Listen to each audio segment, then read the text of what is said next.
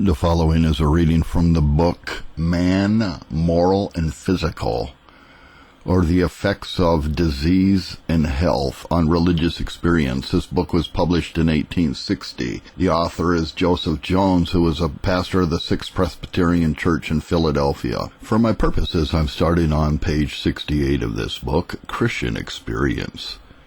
We have already said that it is a subject which is worthy the attention of all, whatever their character, moral or religious, but it is more particularly the case of the latter that this investigation contemplates. It is to show the influence of the mind and feelings upon the body, as well as the constant and yet often unsuspected actings of the flesh, with its unnumbered infirmities upon the spirit, and that the devotional exercises of the latter are greatly affected by the physical condition of the former. And if the foregoing observations have been uninteresting or unintelligible to any, there are those who will understand us now. Here we strike a chord which will vibrate more or less in every changed heart that has been given to the study of its own exercises. No person accustomed to notice his various religious frames can have failed to perceive that these are closely allied to what is usually denominated his constitution. Is there such a blending of the juices of the animal economy as to produce what is called a nervous temperament, or that excess of bile which makes it melancholy? Or is a man gentle or serene, sanguine or timid, cheerful or sad? Or will find that these idiosyncrasies will not be merged and lost in the changes wrought by regenerating grace? His religion will not so neutralize and remove the cause of his lowness of spirits, his timidity, or whatever it may be that is peculiar to his nature, as to make him at all times cheerful and self-possessed. The bashful man will be a bashful Christian, and the bold man constitutionally will be bold in a state of grace. After all that the Spirit has accomplished in each, it will still be true in all that the religious character will be tinctured by that of the natural man, as the liquor put into an old cask commonly receives a strong tang from the vessel. In this respect, the Spirit's operation on the soul has been happily compared to the work of a sculptor, who makes a statue of wood, of stone, or of marble, indifferently, according to the material put into his hand. So the Spirit in forming the new man still retains so much of the old as to make it evident what is a rock from which he was hewn. Nor is it a less interesting fact that this gracious influence is so exerted in the various conditions of life where it is felt, as to qualify the soul for the appropriate duties of its particular station. Does regenerating grace find a man in high life or humble, in Caesar's household, among the fishermen of Galilee, or the servants of Philemon? It requires no change in his place, but works a change on his heart, and gives new help to discharge his duties better. The same Holy Spirit who makes a Christian master gentle and prudent in commanding, makes a Christian servant faithful and cheerful in obeying. As the astrologers said of Cyrus, that the same stars which made him to be chosen king amongst the armies of men, when he came to be a man, made him to be a chosen king among the shepherds' children when he was a child. In rearing the New Testament temple of the Redeemer on earth, there is the same occasion for various gifts and kinds of service that there was in the magnificent structure of Solomon, and hence the innocent and useful differences between men in their fallen state are preserved and turned to a profitable account in their recovery. See a familiar illustration of this in the original teachers of the gospel, or the 12 apostles. Simon Peter was by natural temperament ardent, sanguine, precipitate, and this characteristic of the natural man is continually betraying itself after his conversion. You observe it in his conversations with his master, his bold professions, hasty promises which open the way for his sifting by Satan, and his lamentable fall. After the resurrection, see him running with John to visit the sepulchre, and while his timid and cautious companion stoops down at first, and only ventures to look into the place, the intrepid Peter rushes by and plunges into the gloomy abode of the dead, examines the very spot where the sacred dust had rested, and the linen clothes in which it had been wrapped. Both of them regenerated men, and men perhaps of equal piety, but very unlike before their conversion and scarcely more alike afterwards. Dr. Mason used to say that the grace which would make John appear like an angel would be only just enough to keep Peter from knocking a man down. Look next at Paul, whose lofty bearing and undaunted courage by nature was not a whit impaired, but only sanctified by grace and retained to the end of his life. See Luther and Melancthon as opposite in their Christian character as they were in their original temperament. Melancthon, Cecil says, is like a snail with his couple of horns. He puts out his horns and feels and feels and feels. No education could have rendered these two men alike. Their difference began in the womb. Luther dashes and saying his things. Melancthon must go roundabout. The same divine influence had wrought effectually on the heart of both, yet like the statue of which we spoke, the image corresponded to the material out of which it had been constructed. That any amount of spiritual influence should ever destroy these physical characteristics and make men of such diverse temperaments alike is to be expected no more than that it should make them of one stature or give them the same features or complexion. It will be recollected how Caesar recognizes the influence of temperament when he objected to Cassius because he was lean and thought too much. He wished to have around him sleek-headed men and such as sleep nights. Would he were fatter. Such men as Cassius feared are usually lean because their too much thinking develops a brain and a nervous system at the expense of some function, any animal or organic. Men of this sort, according to Dr. Johnson, will be found thin and sallow, with weak digestion and quickness or irritability of nerve, like Lord Wellington or Bonaparte, till the latter became bloated by disease. Martin Luther's amazing executive powers were as closely connected with his physical qualities as with his moral. His great mind was lodged in a body which seemed to have been created for just such a tenet. His frame was large, well-proportioned, athletic, and capable of enduring without fatigue any amount of labor and privation. He was affable, hopeful, and a stranger to those bodily ailments that so beset and embittered the life of the sedentary and studious. Dr. Cox is reported to have said that it was well that Luther was not a dyspeptic, for the Reformation would have been delayed had he wanted a good digestion. But there are other, and in some respects more marked and painful illustrations in the morbid experience of some Christians, which are at once an effect and a symptom of the state of their health. The Reverend Timothy Rogers, a minister in London near the close of the 17th century, who was happily delivered from long affliction and great spiritual distress produced by this cause, describes the condition as one which is in every respect sad and overwhelming. In a letter to a friend he says, quote, "It is a state of darkness that has no discernible beams of light. It is a land of darkness on which no sun at all seems to shine. It does generally indeed first begin at the body and then conveys its venom to the mind. And if anything could be found that might keep the blood and spirits in their due temper and motion, this would obstruct its further progress and in a great measure keep the soul clear." End quote. How many belong to that class who are familiarly said to look only at the dark side of every object and are unwilling to engage in any enterprise from an anticipation of its failure? Whether the happiness of this world or the next be their pursuit, the prospect is cheered by scarcely a ray of hope. Such a tendency to gloom is a thorn in the flesh by which they are often tormented. Nor is any class more exposed to the buffetings of this minister of Satan than the teachers of religion. How often do we witness the sad spectacle of those whose manifold bodily infirmities, brought on by sedentary habits, great anxiety, or excessive study and exhaustion of sensorial power, defraud them of all the consolations of that benignant system of faith which they are enabled to expound so successfully to others. Instead of an open, cheerful expression of countenance, we often see a wrinkled, contracted, sinister look, which speaks anything but in favor of the benign religion of the gospel. Thus Christianity itself is made to suffer from the physical sufferings of its professors and expounders. The light-minded and thoughtless imbibe a prejudice against it from observing the careworn and sorrowful features of some of its advocates. They think it to be a legitimate effect of their principles and are made to shun the places and books and people whose influence appears to be so detrimental to all earthly enjoyment.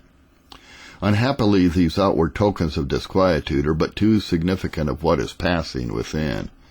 If the face be covered with gloom, it is only an index of the state of such a Christian's heart, when in the retirement of his closet he pours out his exercise and lamentations, and confessions of sin and supplications for relief. At one time he feels that he has grieved the Spirit, that his best services are only hypocritical forms, and surely God has forsaken him. His heart appears like the nether millstone, and his bosom the cage of every unclean bird. The arrows of the Almighty are within him, the poison whereof drinketh up his spirit, and the terrors of God do set themselves in array against him. Again the scene is wholly changed. The turbid current of his thoughts has become clear as crystal. The rain is over and gone, and the time of the singing of birds is come. The change in his exercises is like the transition from the terrific tempest to the serene sky and air and pleasant sun that follow it. Or ever he is aware, his soul makes him like the chariots of Aminadab. His doubts are solved, his fears are gone, and his present joys perhaps are in proportion to his previous sadness. He is brought into Christ's banqueting house, and a banner over him is love. He is stayed with flagons, and comforted with apples, and restored to the joys of salvation. That such spiritual fluctuations as these, to which so many Christians are subject, are very often produced by physical causes, is as capable of proof as it is that an excited pulse and increased heat are symptoms of fever. They are the reflected influence of some bodily malady upon the soul. They arise, as Reverend Dr. J.R. Macduff says, from a diseased body and an overstrung mind, a succession of calamities, weakening and impairing the nervous system. We know how susceptible are the body and mind together of being affected by external influences, of that constitution which in our ignorance we call a union of soul and body. We know little respect in what is cause and what is effect. We would fain believe that the mind has power over the body, but it is just as true that the body rules the mind. Causes apparently the most trivial, a heated room, lack of exercise, a sunless day, a northern aspect will make all the difference between happiness and unhappiness, between faith and doubt, between courage and indecision. To our fancy there is something humiliating in being thus at the mercy of our animal organism.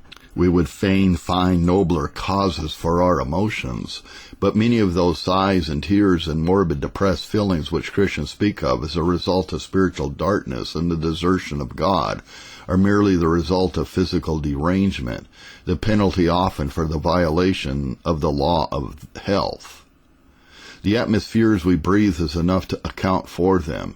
They come and go, rise and fall with the mercury in the tube. These are cases not for the spiritual, but for the bodily physician. Their cure is in attendance to the usual laws and prescriptions which regulate the healthy action of the bodily functions. We once knew a man of superior natural gifts and piety, an officer of the church who suffered occasionally from such a cause. The effect on his devotional feelings was so marked that you could discover the state of his health in his prayers. They were always excellent and edifying, yet there was at times a subdued manner or a sadness which indicated the influence of bodily infirmity and of the struggle of the soul to resist a tendency. Many have discovered that their periods of spiritual depression are always contemporaneous with periodical changes in their physical condition, or with that sort of indisposition which proceeds from gastric derangement or an affection of the liver. How many thousands are daily affected by changes in the atmosphere, scarcely less than was Dr. Francia, dictator of Paraguay, whose most extravagant outbreaks of passion and cruel exertions of despotic power generally occurred during the seasons of hypochondria, which were most frequent when the wind was northeast, but which ended with a change to southwest, when he would begin to sing and laugh to himself and was readily accessible. Sir Woodbine Parish informs us in his narrative of a visit to Buenos Aires that a sort of moral derangement prevails when the wind blows from the north, that quarrels and bloodshed are much more frequent at such times than at any other, He relates that a gentleman of amiable manners under ordinary circumstances was so affected by this wind that whenever it prevailed he would quarrel with anyone he met, and he was at last executed for murder after having been engaged in street fights with knives at least 20 times. The cases in which this sort of morbid suffering is exemplified are so numerous that their name is legion. They find that their state while here is a conjunction of their soul to a frail distempered body, and so near a conjunction that the actions of the soul must have great dependence on the body. Its apprehensions of spiritual good are limited by the frailty of the body, and the soul can go no higher than the body will allow. We have known instances in which the seasons of spiritual joy and depression alternated like an intermittent disease, coming and departing at regular intervals. In the church of the late Dr. Spencer of Brooklyn, New York, was an excellent female whose mind was found to be shrouded in darkness and gloom. After many conversations held at different times for months, one day I called upon her, he says, and to my surprise found her calm, and that her distress of mind had given place to gladness. But 3 days after this her light had departed, and she had relapsed into her former state of despair. Not long after she became hopeful and happy for a little season, and then as distressed and sorrowful as ever. These alternations from gloom to gladness were inexplicable until I was able to connect them with the state of her bodily health. When I mentioned the cause to her, she admitted the coincidence between the coming of pain into her head and the departure of her spiritual peace. But this explanation seemed credible only during her intervals of peace, which at length became short. In the morning she was always hopeful, but every afternoon in despair. In the morning she believed that her afternoon distress was caused by her bodily infirmity, but would entirely disbelieve it in the afternoon. At length the morbid bodily state which had so affected her mind was changed. The light of Christian hope and joy were no longer withdrawn. Her death was peaceful, without a doubt of a happy immortality." End quote. During Mr. Cecil's protracted sickness of 3 years, the state of his mind fluctuated with his malady. Its principal effect was apparent in throwing a cloud over his comfort.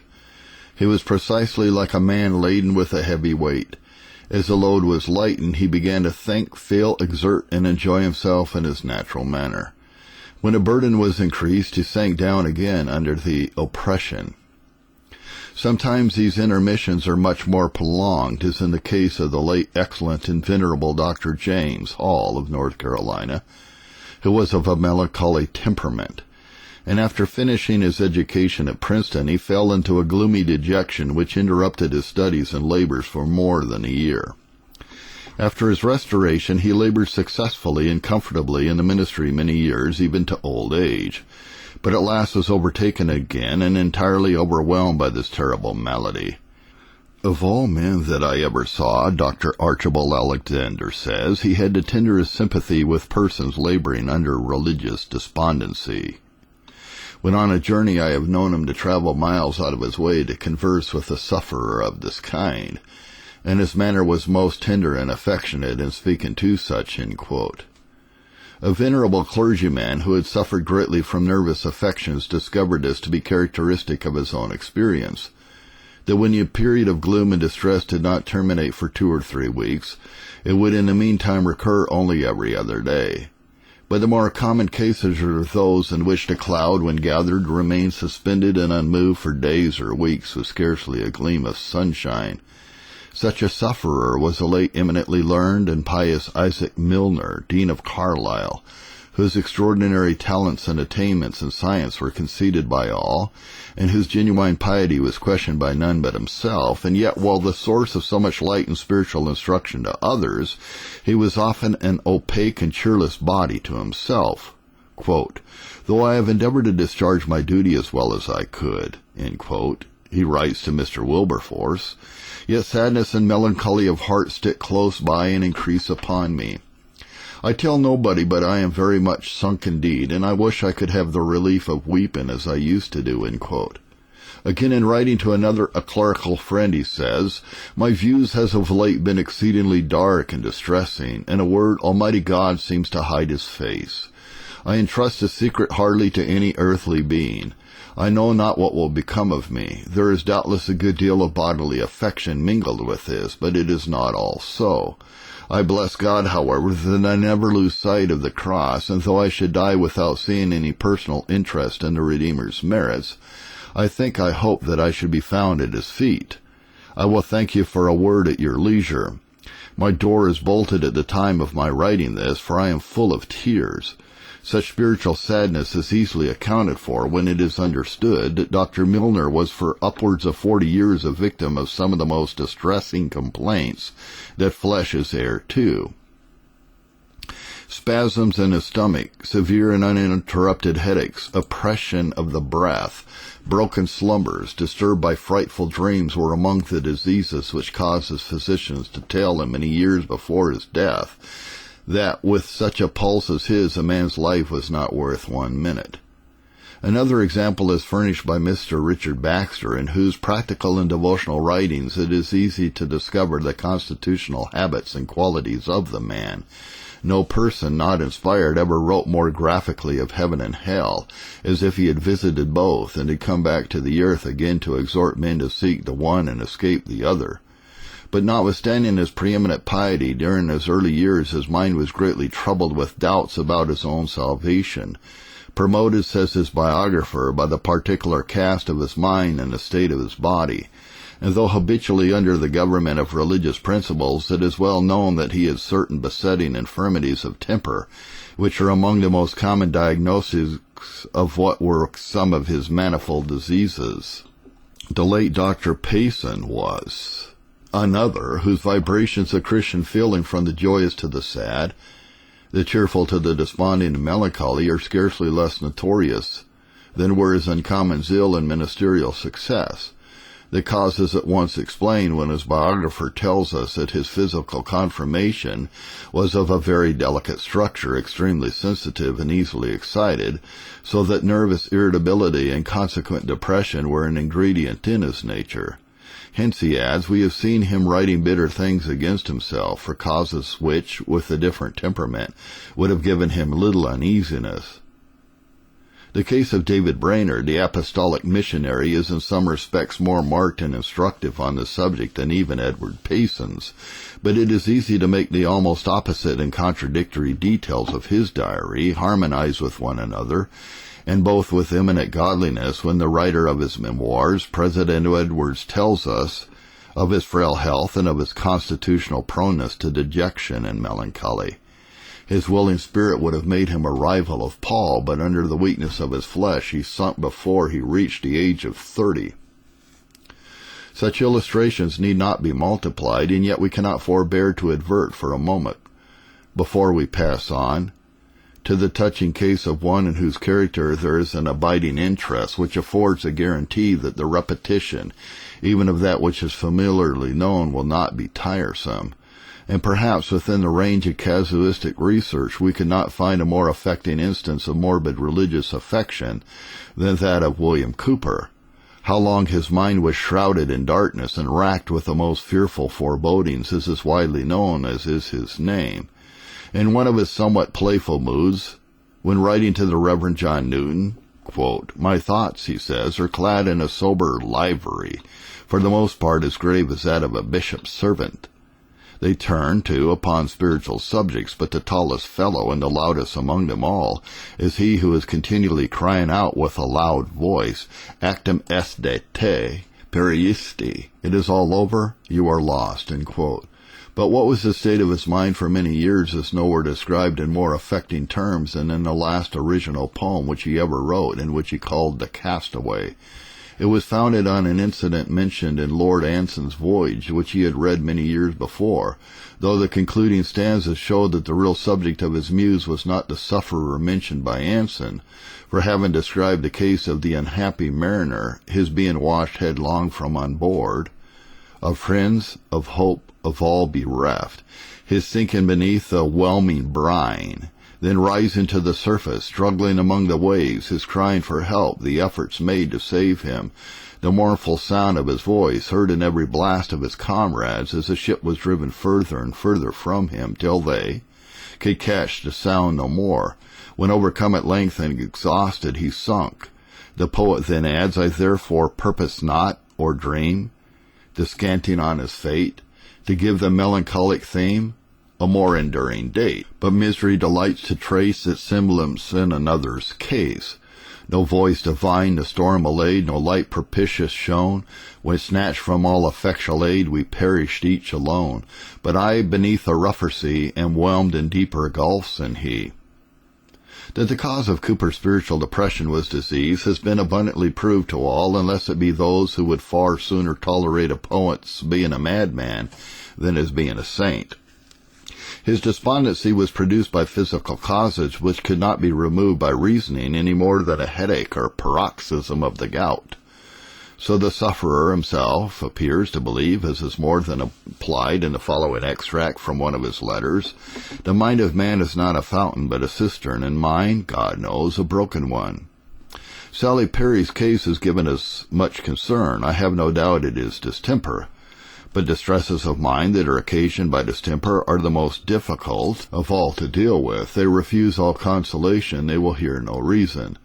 God only by his own immediate impressions can relieve them, as after an experience of 13 years' misery I can abundantly testify.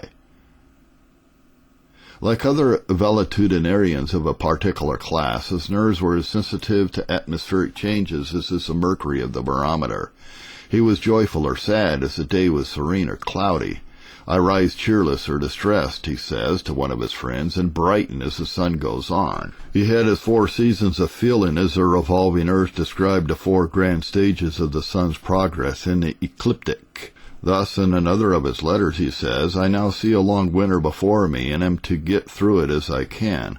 I know the ground before I tread upon it. It is hollow. It is agitated. It suffers shocks in every direction. It is like the soil of Calabria, all whirlpool and undulation. But I must reel through it, at least, if I be not swallowed up by the way, end quote. In a brief notice of Cooper by Mr. Cecil, he alludes to an unfounded report in circulation that the poet's melancholy was derived from his residence and connection at Olney. The fact, however, Mr. Cecil says, was just the reverse, as was attested both by respectable living witnesses and by manuscripts of Cooper's own writing at the calmest period of his life. Many years before, and shortly after he began the study of law, he had a fearful attack which was alleviated by reading the Gothic and uncouth poems of pious George Herbert. This relief, however, was only for a season. His thoughts were constantly tending back towards the same turbid channel from which they had been diverted. Then again he would be tempted to all sorts of evil, to murmuring against Providence, skepticism, disgust of life, and even to suicide. And yet whenever relief came, even for a season, it was attended with a renewed interest in the Bible and a lively faith in its distinguishing doctrines. The longest and happiest period of his life was at St. Albans under the care of Dr. Cotton, a physician as capable of administering to the spiritual as to the natural maladies of his patients. The vast black wall which he represented as visibly erected between himself and heaven, Dr. Moore says, was some impediment to the right action of his brain in relation to thought and sight. His disease was kept up by monotony and medicine. There were none but quackish attempts at cure, except while under the care of Dr. Cotton, who, for a time relieved and had his advice been properly followed out, would have probably cured him. It was from his treatment that Cooper first obtained a clear view of those sublime and animating truths which so distinguished and exalted his future strains as a poet. Here also he received that settled tranquillity and peace which he enjoyed for several years afterwards. So far, therefore, was his constitutional malady from being produced or increased by his evangelical connections, either at St. Albans or at Olney, that he seems never to have had any settled peace but from the truths learned in these societies. It appears that among them alone he found the only sunshine he ever enjoyed through the cloudy day of his afflicted life. While residing with this excellent friend, his distress was for a long time entirely removed by the passage in Romans, Him hath God set forth to be a propitiation through faith in his blood, to declare his righteousness for the remission of sins that are past. In his scripture he saw the remedy which God provides for the relief of a guilty conscience with such clearness that for several years after his heart was filled with love and his life occupied with prayer, praise, and doing good to all he had opportunity.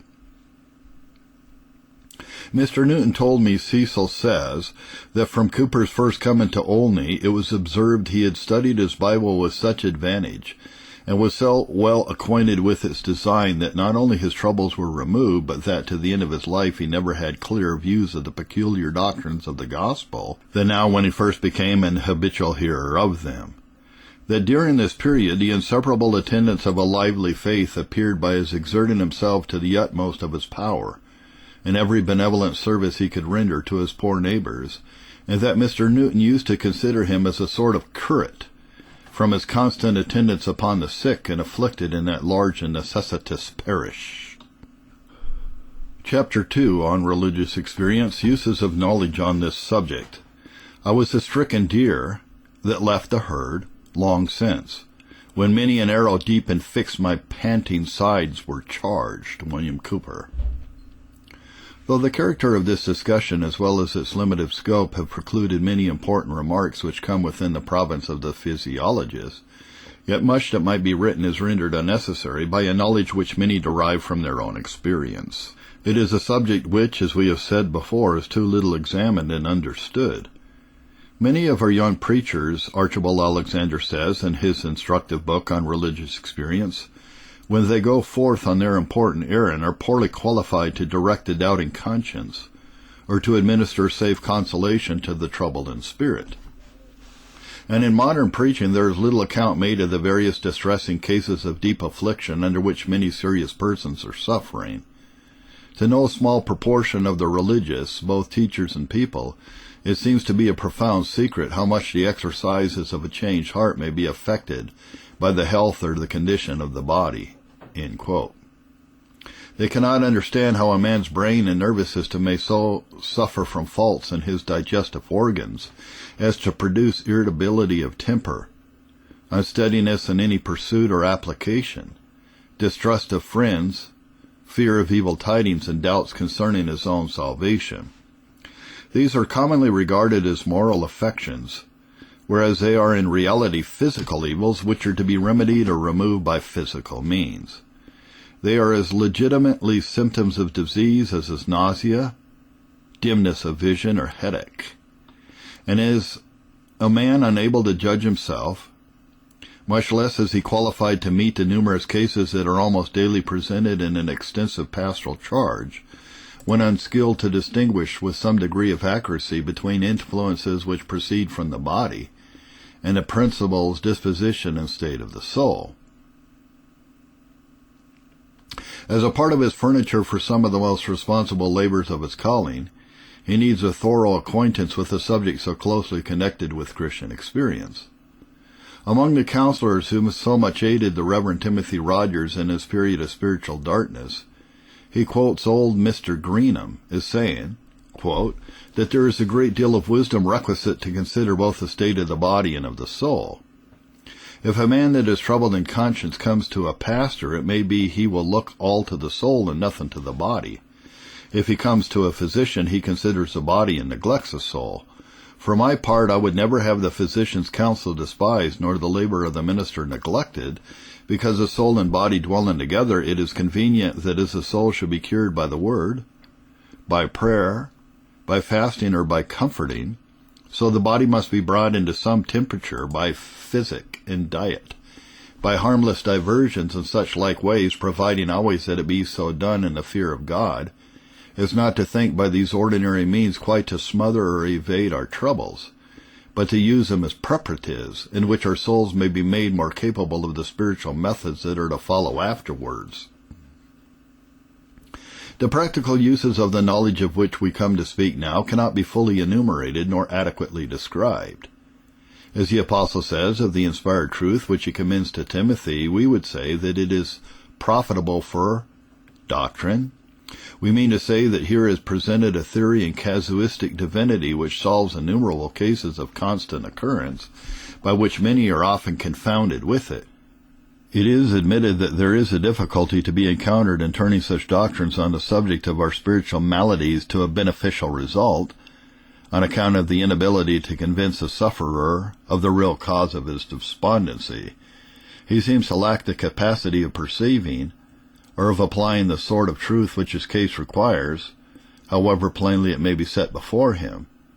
For as President Edwards observes in speaking of Brainerd, it is rare that melancholy people are sensible of their own disease, and that such things are to be ascribed to it as are undoubtedly as genuine fruits or effects. Otherwise we should be amazed at the perplexity and disconsolateness of some excellent characters, and the readiness with which they refuse to be comforted. Even the acute and discriminating Dr. Rush, so skillful in explaining and relieving the maladies of others, was utterly deceived in relation to his own. His essay on the influence of physical causes upon the moral faculty evinces mature reflection and accurate knowledge on the subject, and yet when in a state of religious despondency himself, he was assured by his pastor that it was a symptom of disease, he could not believe it. Nor did he become fully convinced that the causes of his spiritual distress was physical, until it had been removed by the improvement of his general health. Indeed, it is commonly found that where mental depression results from impaired health, our attempts to relieve the mind by counsel tend rather to aggravate its sorrow, so long as the physical cause remains unmitigated. The Reverend Thomas Boston was at one time in such a state of doubt and spiritual depression during his ministry, without perceiving the cause, that he was tempted to give it up. But although this eminent Christian scholar was in so great darkness himself, he was a burning and a shining light to others. His exposition of Providence under the quaint title of The Crook and the Lot surpasses any work of the kind in our language. I do not know that I could point out a work, Dr. Archibald Alexander says, which is so well adapted to reconcile the afflicted saint to his lot in this world, and help him to improve the dealings of providence towards him, especially in the dark and cloudy day of adversity. A late preacher well known by his manifold useful labors writes in his diary, quote, "Many of my people, and especially females, talk thus to me. I am under continual distress of mind. I can lay hold of no permanent ground of peace. If I seem to get a little, it is soon gone again. I am out at sea without compass or anchor. My heart sinks, my spirit faints, my knees tremble. All is dark above, and all is horror beneath. And pray, what is your mode of life? I sit by myself. In this small room, I suppose, and over your fire? A considerable part of my time. And what time do you go to bed? I cannot retire till 2 or 3 o'clock in the morning. And you lie late, I suppose, in the morning? Frequently. And pray, what else can you expect from this mode of life than a relaxed and unstrung system, and of course a mind enfeebled, anxious, and disordered? I understand your case. God seems to have qualified me to understand it by special dispensations. My natural disposition is gay, volatile, spirited. My nature would never sink. But I have sometimes felt my spirit absorbed in horrible apprehensions without any assignable natural cause. Perhaps it was necessary I should be allowed to feel this, and I might feel for others. For certainly no man can have any adequate sympathy with others who has never thus suffered himself. I can feel for you, therefore, while I tell you that I think the affair with you is chiefly physical. I myself have brought on the same feelings by the same means. I have sat in my study till I have persuaded myself that the ceiling was too low to allow me to stand and rise upright, and air and exercise alone could remove the impression from my mind." End quote. In the last illness of the commentator, Thomas Scott, his mind was observed by his friends to be gloomy during the paroxysm of his fever, nor could his comfort be restored by any counsel of his pious attendants until the fever had abated. Andrew Fuller also suffered greatly on his deathbed from a similar cause. So when Dr. Maiden once attempted to calm the mind of William Cowper by quotations from the Scriptures, it served only to increase his sufferings. It was then at the beginning of a slow nervous fever to which he was liable, but after 4 months' skillful treatment by Dr. Cotton, his health was so far improved that the promises of the gospel were apprehended without hesitation, and whatever his friend Medon had said to him long before revived in all its clearness.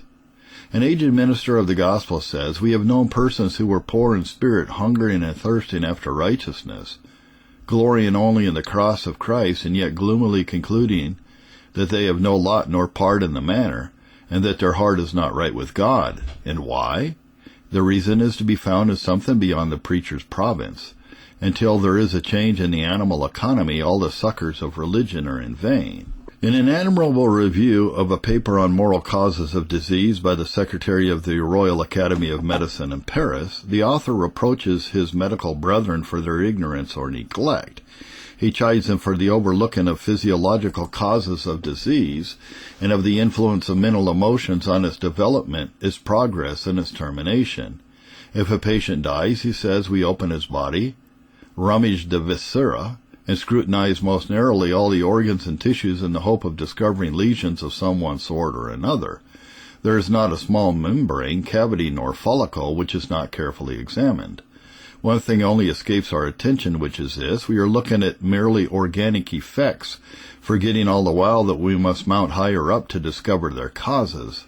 These organic alterations are observed perhaps in the body of a person who has suffered deeply from mental distress and anxiety, which have been the energetic cause of his decay, but they cannot be studied in the laboratory nor in the amphitheater.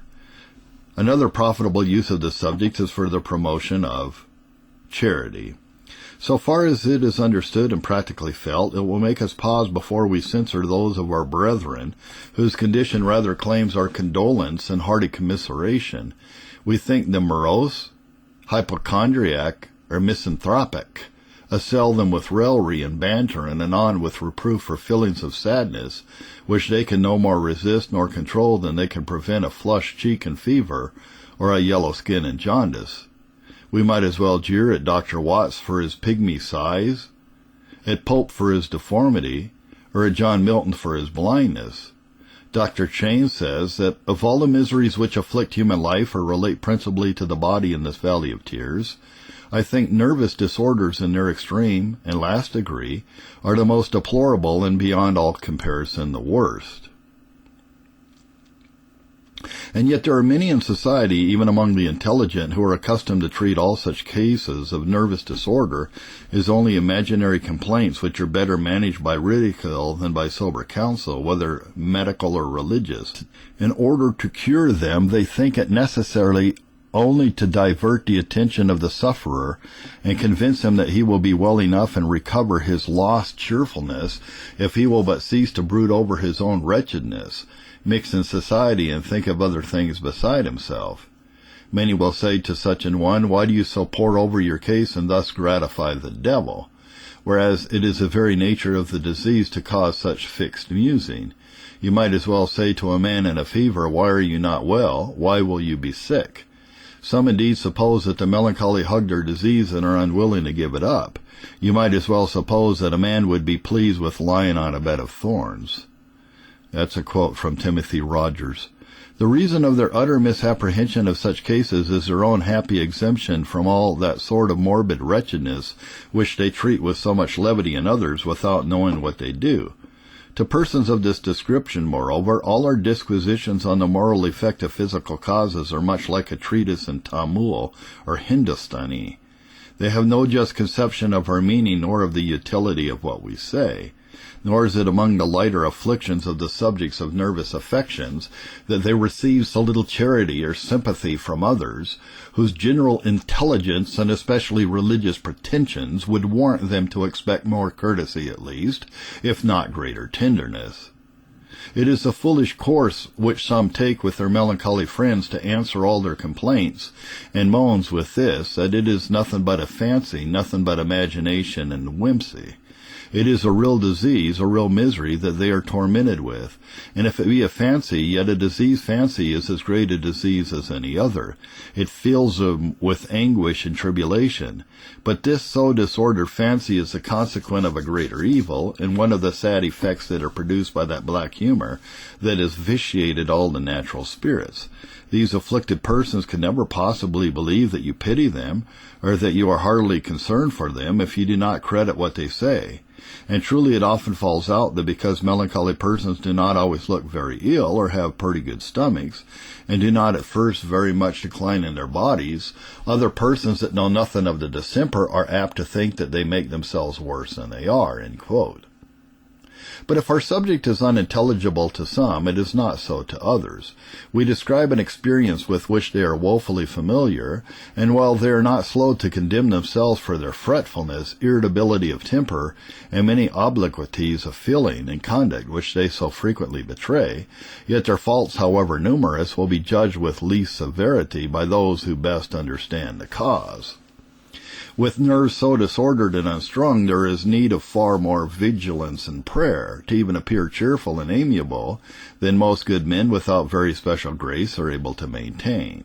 A man may be a good performer, but what can he do with a disordered instrument? The occupant of a house may have good eyes, but how can he see accurately through a soiled window? Let the organ be put in tune and the glass be made clean before you call in question the musical skill of the one or the eyesight of the other. Harsh speeches may fret, perplex, and enrage, but will never do the sufferers any good. In his excellent counsels on the subject of spiritual depression, Timothy Rogers says, quote, "Some indeed will advise you to chide and rebuke them upon all occasions, but I dare confidently say such advisers never felt this disease, for if they had, they would know that by such a method they do but pour oil into the flame and chafe and exasperate their wounds instead of healing them." John Dodd, by reason of his mild, meek, and merciful spirit, was reckoned one of the fittest persons to deal with people thus afflicted. Never was any minister more tender and compassionate. If you would be serviceable to such persons, you must not vex them with tart and rigorous discourse. It causes many poor souls to cherish and conceal their troubles, to their greater torment, because they meet with so very harsh entertainment from those to whom they have begun to explain their case. Our blessed Lord and principal physician was meek and lowly, and would not break the bruised reed, nor quench the smoking flax. And the first visit the aforementioned John Dodd made to Mr. Peacock in his anguish was to put him in mind of God's kindness. Another most important use of this subject is for reproof and correction. When thoroughly examined and well understood, it exposes and explodes a popular error in relation to those disordered states of the mind that are supposed by many to be produced by religion. Such events are deplorable whenever they occur, and whatever the occasion. But it would certainly be a remarkable exception to the general doctrines of a philosophy as well as of a religion, if it could be proved that these are the legitimate effect of so pure and benign a cause. This one thing I must testify, Dr. Archibald Alexander says, that I never knew the most pungent convictions of sin to terminate in insanity. And as to the affections of love to God and the lively hope of everlasting life producing insanity, it is too absurd for anyone to believe it." End quote.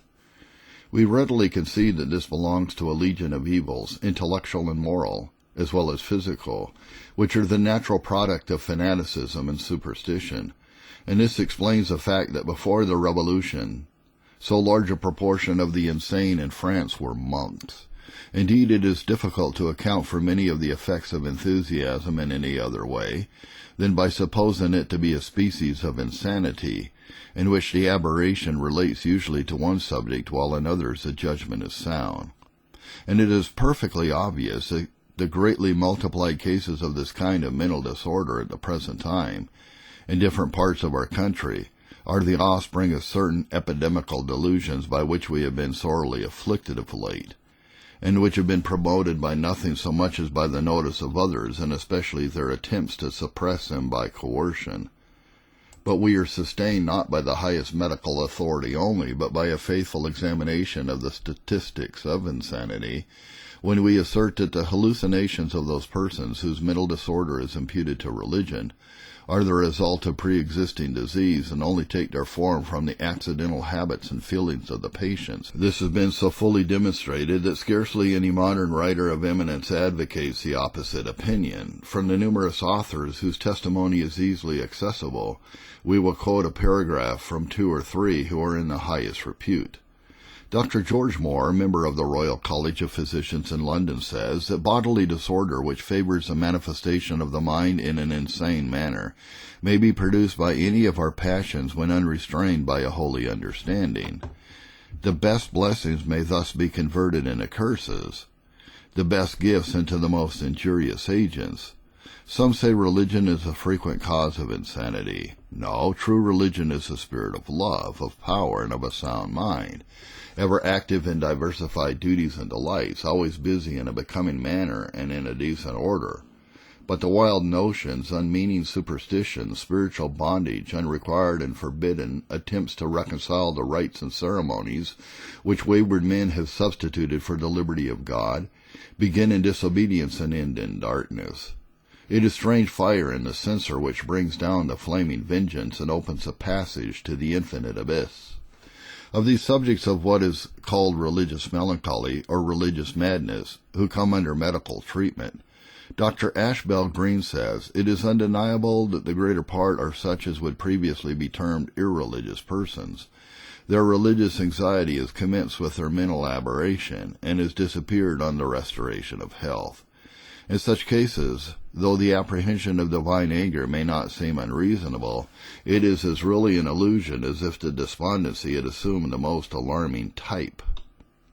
In fact, where religious anxiety or excitement has any share in producing mental aberration, this will generally put on the form of irreligious profaneness or something contradictory of the previous healthful state of mind.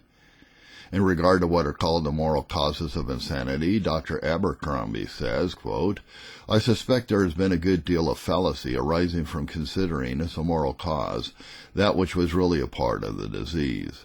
This, I think, applies in a peculiar manner to the important subject of religion, which by a common but very loose method of speaking is often mentioned as a cause of insanity. But where there is a constitutional tendency to insanity or to melancholy, one of its leading modifications, every subject is distorted to which the mind can be directed, and none more frequently or more remarkably than religious belief.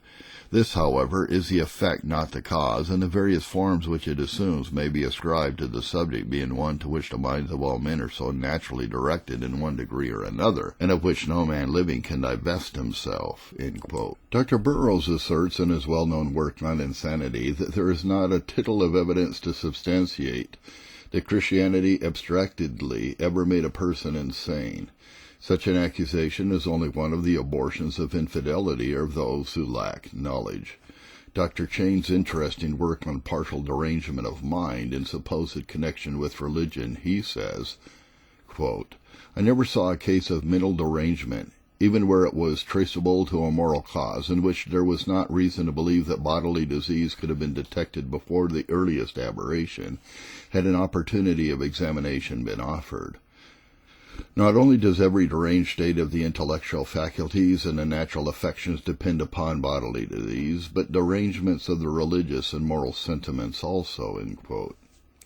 And not to multiply authorities, we will add no more than a paragraph from Dr. Combe, who in full concurrence with the others maintains that, when fairly examined, the danger is seen to arise solely from the abuse of religion, and indeed that the best safeguard is found in a right understanding of its principles and submission to its precepts.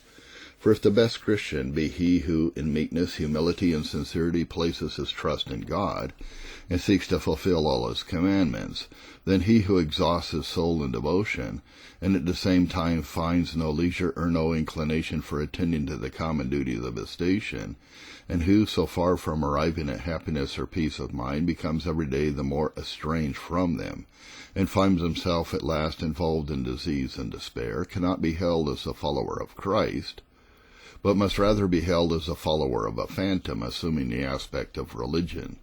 When insanity attacks the latter, it is obviously not religion that is the cause, it is only the abuse of certain feelings, the regulated activity of which is necessary to the right exercise of religion, and against such abuse a sense of true religion would have been the most powerful protection.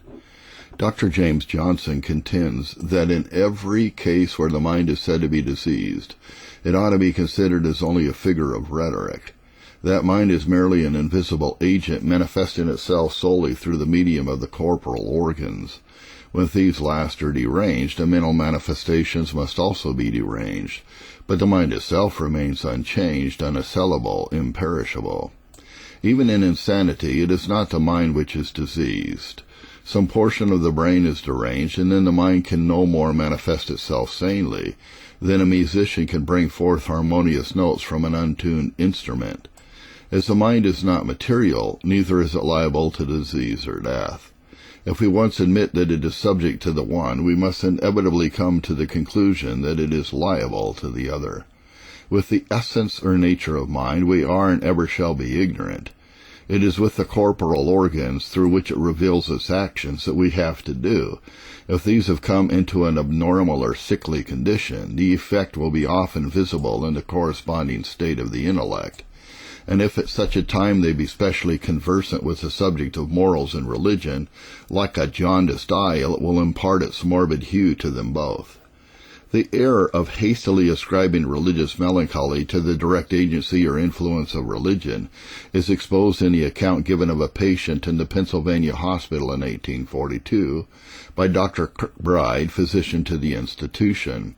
Quote, "A young man of every moderate mental capacity, little education, and accustomed to a laborious occupation, from too much confinement at his business, finds his health failing and gives up his employment for a few months to recruit. At the end of that time, although not well, he is able to return to work, but then discovers that the changes in the times make it impossible for him to find anything to do. His means being exhausted, his body weak, without his customary exercise, his mind gradually becomes in a morbid state. When some excitement from Miller's prophecy occurring in his neighborhood, he immediately attempts to study the subject and to ascertain its truth from close reading of the Bible. An investigation utterly unsuited for his capacity under any circumstances, and the difficulties he encounters at the very threshold lead to a violent attack of mania. The disease was attributed to Miller's prophecy or to religious excitement, but neither of these causes would give a proper idea of the origin of the case. Before being excited on that subject, the patient's mind was ready to be overturned by any abstruse or exciting manner that might be presented to it. Without his loss of employment, this would not have occurred, and without the enfeebled health which accompanied it, his attempted investigation might have been harmless. Within the sphere of our own pastoral labors, there have occurred 4 cases of the species of mental disorder, 3 of which were connected with known physical derangement. 2 were effectually relieved after a few months by judicious medical treatment, though one of them was so aggravated that the person attempted suicide, and on one occasion nearly effected it. The 3rd still lingers, the sufferer being a victim of bodily disease. In the 4th there was a constitutional wildness on other subjects than that of religion, and although his temperament was sanguine, his mind habitually cheerful, and his hope of salvation uncommonly firm, yet in a moment of temptation he was overcome and destroyed himself.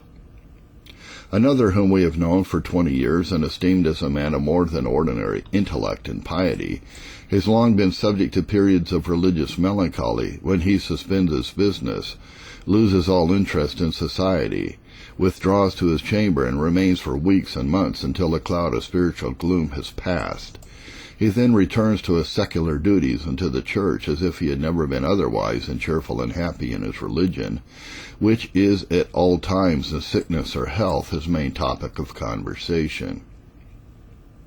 No allusion is made to the past. There are no inquiries, and he volunteers to give no information, nor have his friends or physicians ever been able to explain all the phenomena of this case by any of the known doctrines of psychology, physiology, or religion. That his melancholy is not produced by his religion would appear from the fact that at all other times it is the source of his highest enjoyment. But as it regards the cause of these periodical changes in his physical condition, which occasion the spiritual occultation, we do not hazard a conjecture. Not less injurious is the mistake of imputing to satanic agency what is dependent on bodily disease, as is exhibited in the case of the wife of the Reverend John Newton, who was unable to leave the house for nearly 2 years before she died in 1790. In the beginning of October she was confined to her bed and was soon after deprived of all locomotive power. In this state, distress arose in her mind, which applied to the whole system of truth, and she said, if there be a Savior, if there be a God, and in this condition continued for a fortnight, when there is reason to believe that her doubts were removed. Mr. Newton accounted for his wife's temporary unbelief by referring it to the influence of Satan. Her case, however, was a case of palsy, depending, as was supposed, upon a disease of the brain, by which her faith, the foundation of her religion, was disturbed, while her affections were uninjured. It is well known that John Bunyan was grievously harassed at times with what he believed to be satanic temptations to the worst species of evil, and that Martin Luther also supposed himself on one occasion at least to have been assaulted by the devil. But with regard to certain phenomena which it is common to refer to as influence, such as unbidden and repulsive thoughts and feelings and false perceptions, both voices and visions, that they may be produced by mere morbid physical agency is unquestionable, because they are frequent accompaniments of pure disease, and yield with the disease to medical treatment. Those, therefore, who are called to counsel persons thus afflicted should never lose sight of the inquiry whether such may not be the actual origin of what otherwise might be treated as temptations of the devil. That Satan may have the power of injecting his malicious or blasphemous suggestions immediately into the mind, we have not intended at all to controvert. But we are disposed to adopt the principle of Dr. Cheyne that if an appeal to him who conquered Satan, and who will aid all who come to him in faith, fails to relieve those who are thus afflicted, they may rest assured that disease and not the devil is the enemy with which they have to contend, and they must seek relief accordingly. And if we are pressed beyond this point with the hypothesis that while disease may be the proximate cause of these distressing and horrible calamities, yet Satan may be the agent who employs this instrumentality to harass the Christian, we should be inclined to fall back upon the ground thus quaintly maintained by Richard Baxter, quote, if it were, as some fancy, a possession of the devil, it is possible that physic might cast him out. For if you cure the melancholy, black bile, his bed is taken away, and the advantage gone by which he works. Cure the choler, and the choleric operations of the devil will cease. It is by means and humors in us that he works. End quote. But this injurious influence on the mind has been ascribed not so much to religion in general as to certain forms or sectarian modes in which it has been expounded, and that are supposed to be peculiarly adapted to fill the soul with gloom and despondency. Hence the maxim so long in vogue among the Romanists, Spiritus Calvinianus est spiritus melancholicus, so nearly English that we need not translate it. Even Esquirol more than hints at Calvinism as in some cases the cause of religious melancholy, and it is well known that the sentiment wrapped up in this calumnious apathegm was a popular solution of the unhappy case of William Cowper. Thus a writer in the Encyclopedia Britannica at that time with great confidence ascribed his mental malady to the theory of justification which he adopted, his natural disposition fitting him to receive all the horrors without the consolations of his faith. Macaulay also favors the same opinion by pronouncing the religious teachers of the poet worthy of incineration, nor is there anything we are constrained to say in the overcautious, imperfect, and disingenuous, however interesting, memoirs by Haley that forbids this inference. And yet it could not but have been known by the author, or rather compiler of that work, that the period of his life during which he enjoyed, together with the unclouded sunshine of reason, the peace and joy of religion, was the interval from 1764 to 1773, when he believed and openly professed every article of his faith, the effect of which was represented as afterward being so calamitous. It was then that his character was exhibited in all its attractiveness, unveiled by any of the mists that had come over it before, and which gathered again toward the close of his life. He was more cheerful and affectionate in his intercourse, partaking with lively interest in the common concerns of society, and happy in the enjoyment of his religion. And when he became subsequently the victim of his afflictive hallucination, he cannot avoid acknowledging that his gloomy persuasion was at variance with every article of his creed, and he was driven to regard himself as an inexplicable exception to his own principles. We have shown already that religious truth of any kind had nothing to do as a procuring cause of William Cooper's malady. It was as clearly a case of hypochondriasis as are those instances in which the patient has fancied himself a teapot or a sack of wool, or as was that of the baker of Ferrara, mentioned by an Italian count, who thought himself a lump of butter and durst not sit in the sun nor come near the fire for fear of being melted and a thinking substance destroyed. We maintain, then, that this unhappy condition, which without due examination has been imputed to religion, is in effect produced by physical causes. That a different opinion should have obtained to any extent is to be ascribed to misapprehension, perhaps in part, but we doubt not, that more frequently it may be traced to another source, which is thus noticed by Dr. Cheyne. When a man from having been worldly becomes religious, there is no one against whom prejudice is stronger. No change is less agreeable, not even a change from respectability of conduct to the sort of profligacy which defies public opinion, than that which leads a man whose previous motives were of a purely secular kind, to make the attainment of the kingdom of God his first object, by which he necessarily rises in the moral scale. That anyone formally on our own level should take or affect to take higher ground offends our self-love. It is a constant rebuke by reminding us of his superiority of principle. Hence it frequently happens that when a man really turns to God, first he is represented as a hypocrite, then a fool, and last of all a madman. That his motives and his judgment will be arraigned, every neophyte may expect, as being manner of uniform experience, and that madness is a consequence of divine teaching is a conclusion which is as old as the days of Portius Festus. A well-known minister of London, who has lately died, was called to visit a woman whose mind was disordered, and on remarking that it was a case which required the assistance of a physician rather than that of a clergyman, her husband replied, "Sir, we sent to you because it is a religious case. Her mind has been injured by constantly reading the Bible." "I have known many instances," I replied, "of persons being brought to their senses by reading the Bible, but it is possible that too intense an application to that, as well as to any other subject, may have disordered your wife."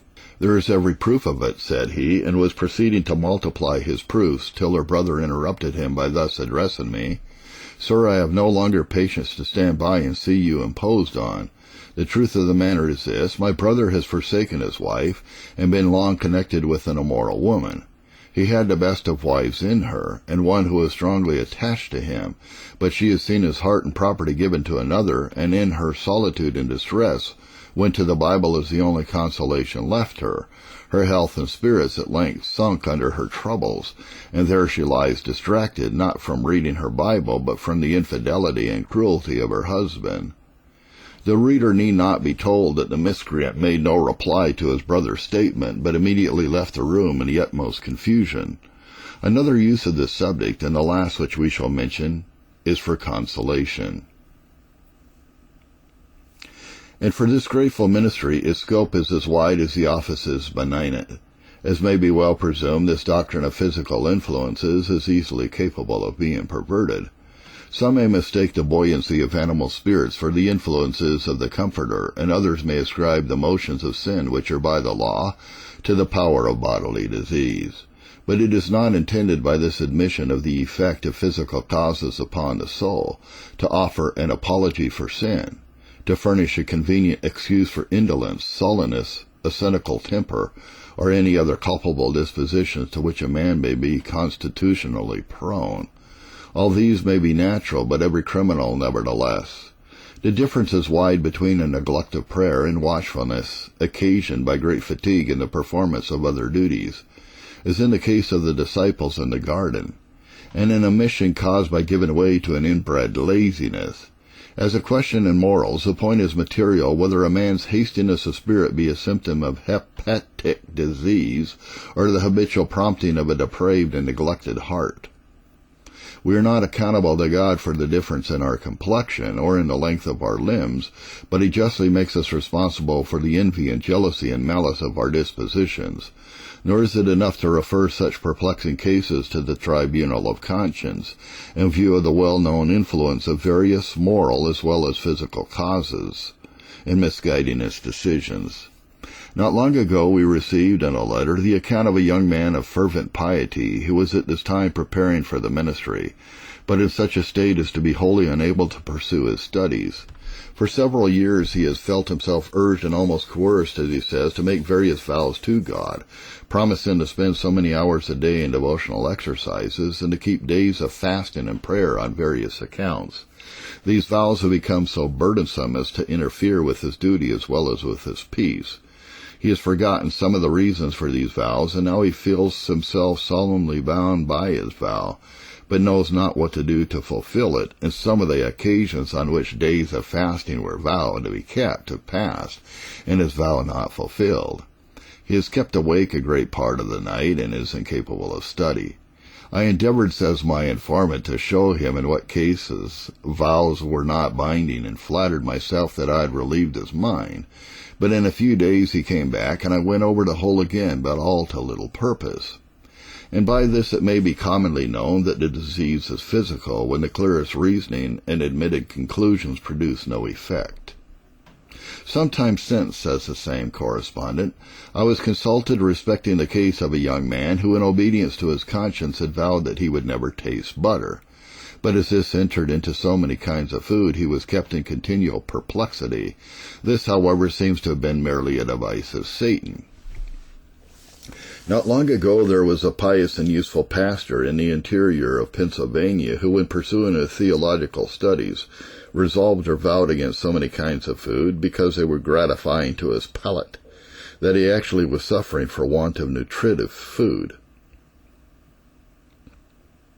To what extent such religious whims or any morbid exercises of persons in such an unhealthy mental condition are culpable is perhaps the most perplexing inquiry which this whole subject suggests. That man is answerable for his conduct so long as exaggerated irritability stops short of derangement, would seem to be an axiom in morals, and yet what shall we understand by derangement? What is that changed condition of the man, or how far must it go in order to release him for the time from the claims of the moral law? It has been confidently asserted that the feelings produced by nervous diseases are not strictly moral, nor are we accountable for them except as we are accountable for inducing that state of physical organization in which they originate. And admitting this also to be true, those cases will nevertheless continually occur which it will occasion a little perplexity to decide. Moral qualities such as pride, envy, jealousy, covetousness, and so on we know are hereditary, as well as those that are intellectual. Hence we often find, Dr. Rush says, certain virtues and vices as peculiar to families through all their degrees of consanguinity and duration, as is a peculiarity of voice, complexion, or shape.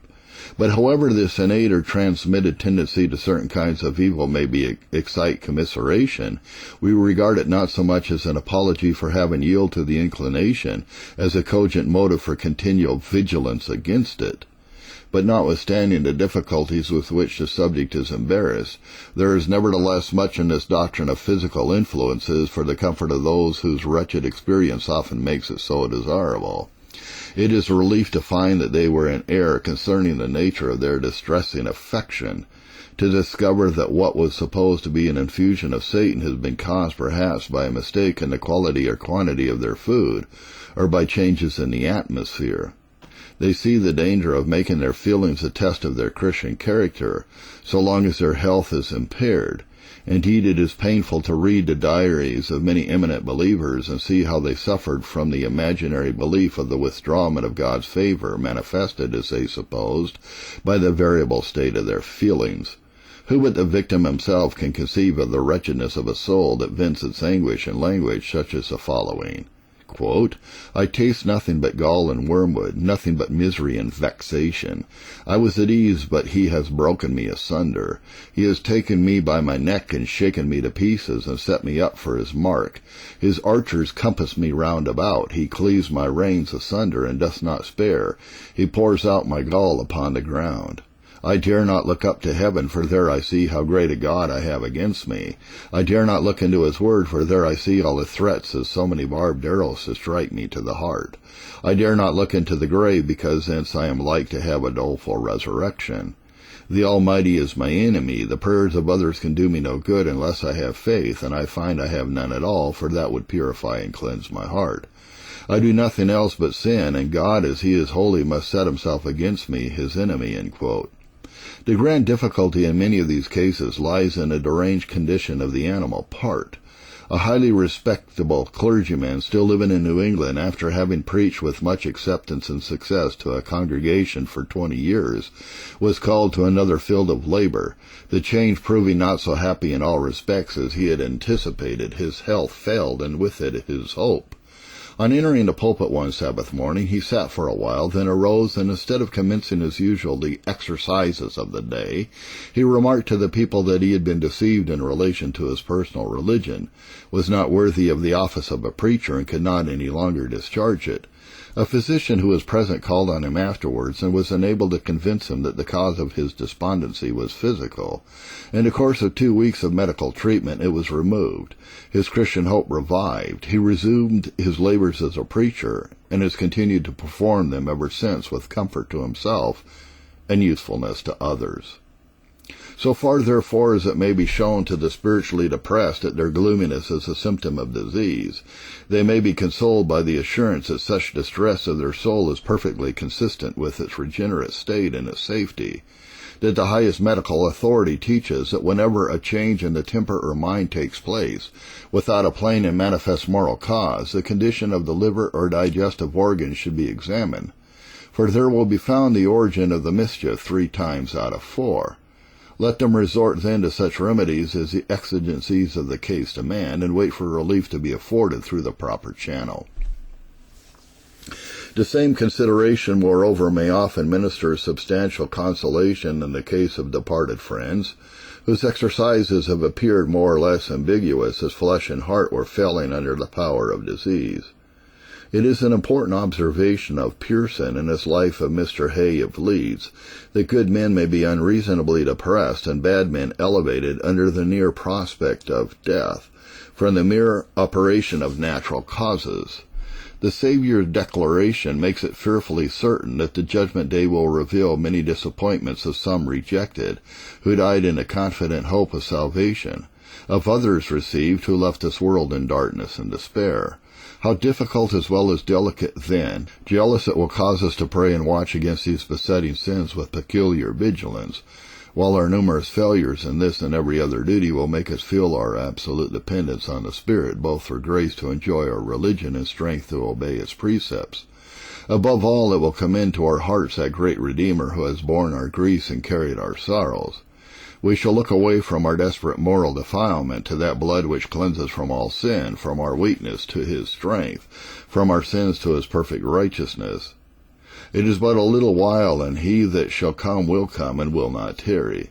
The day of our emancipation is fast approaching, when the earthly house of this tabernacle will be exchanged for a building of God, a house not made with hands, eternal in the heavens. The spirit shall no more be impeded by the disorders of the flesh, for this vile body shall be fashioned like unto Christ's glorious body. But as godly William Mason says, we are not to expect the sunshine of joy all through this vale of tears. Comfortable frames and joyful feelings, though sweet and delightful, are not always most profitable. Were we ever on the Mount of Joy, we should forget we are strangers and pilgrims on earth. Be for building tabernacles of rest in a polluted place, and cry out with the highly favored disciples, "It is good for us to be here." But they knew not what they said. It is the glory of a Christian to live by faith on Jesus, to judge of his love by the word of truth, more than by sense and feeling, yea, under dejection and disquiet of soul, to hope and trust in God. To check and rebuke oneself for doubts and diffidence is the real exercise of faith. Thy frames may vary with the changes of thy health and of thy mortal part, but the foundation of God's love stands sure. Thou mayest meet with many things from within and without to cast down and disquiet thee, but thou art called to look to Jesus and say, "Why art thou cast down, O my soul? And why art thou disquieted within me? Hope thou in God, for I shall yet praise him, who is the health of my countenance and my God." This is a Puritan and Reformed audiobook podcast. Tom Sullivan, your narrator.